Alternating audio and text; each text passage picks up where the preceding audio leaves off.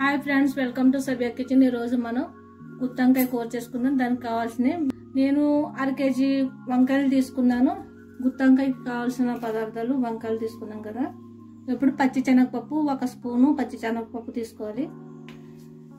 ఒక 6 గంటలు నానబెట్టి దానికి అల్లం వెల్లుల్లి పేస్ట్, దీంట్లో ధనియా, లవంగ, కొంచెం దాల్చిన చెక్క, నువ్వుపప్పు 1 స్పూను, కారం, ఉప్పు, పసుపు. దీంట్లో నువ్వుపప్పు ఉన్న ధనియాలు, 2 లవంగాలు, చిన్న దాల్చిని ముక్క వేసుకుని మిక్సీ పట్టుకుందాం. మిక్సీ పట్టుకున్నాక ఉల్లిపాయలు కోసి పెట్టుకున్నాం, ఉల్లిపాయలు అది కూడా పెట్టుకోవాలి. ఇప్పుడు మనం ఇది పేస్ట్ చేసుకున్నాం కదా నువ్వుపప్పు ధనియాలుని, దీంట్లోనే ఉల్లిపాయ ముక్కలు వేసుకుందాం. ఉల్లిపాయ ముక్కలు వేసుకుని స్పూను అల్లం వెల్లుల్లి పేస్ట్ వేద్దాం. 1 స్పూన్ అల్లం వెల్లుల్లి పేస్ట్ వేసి స్పూన్ మీద 1/2 స్పూను కారం, 1/2 స్పూన్ పసుపు, ఉప్పు రుచికి సరిపడదు. నేనైతే 1 స్పూన్ మీద కొంచెం వేసుకున్నాను, మీరు రుచికి సరిపడగా వేసుకోండి.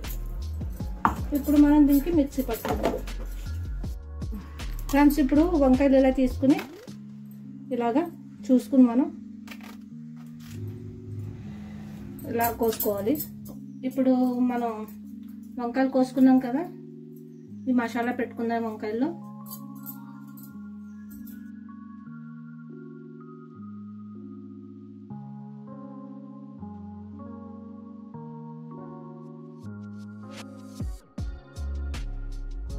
ఇప్పుడు మనం స్టవ్ ఆన్ చేసుకున్నాం ఫ్రెండ్స్.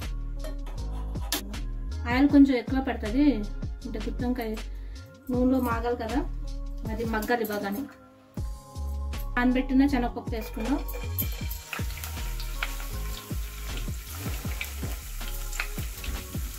ఇప్పుడు మనం ఒక 2 పచ్చిమిరపకాయలు వేసుకున్నాం కోసుకుని.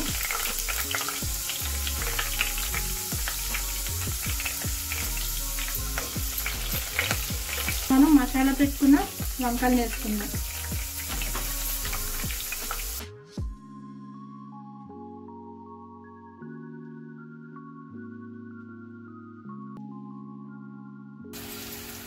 ఇలా పెట్టుకుని ఫ్రెండ్స్ ఇప్పుడు మనం మూత పెట్టుకుందాం.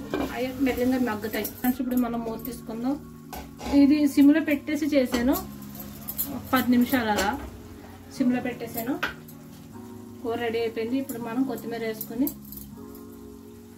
కొంచెం అలా అలా కలుపుకొని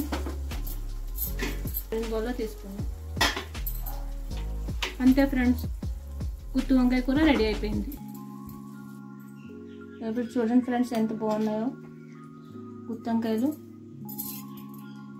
చూడండి ఫ్రెండ్స్, గుత్తంకాయ ఎంత మెత్తగా అయిపోయిందో. వేడివేడిగా ఉంది, పట్టుకోలేకపోతున్నాను ఫ్రెండ్స్. మీరు కూడా ఇలా ట్రై చేసి చూడండి. షేర్ చేయండి, లైక్ చేయండి, సబ్స్క్రైబ్ చేసుకోండి నా ఛానల్కి.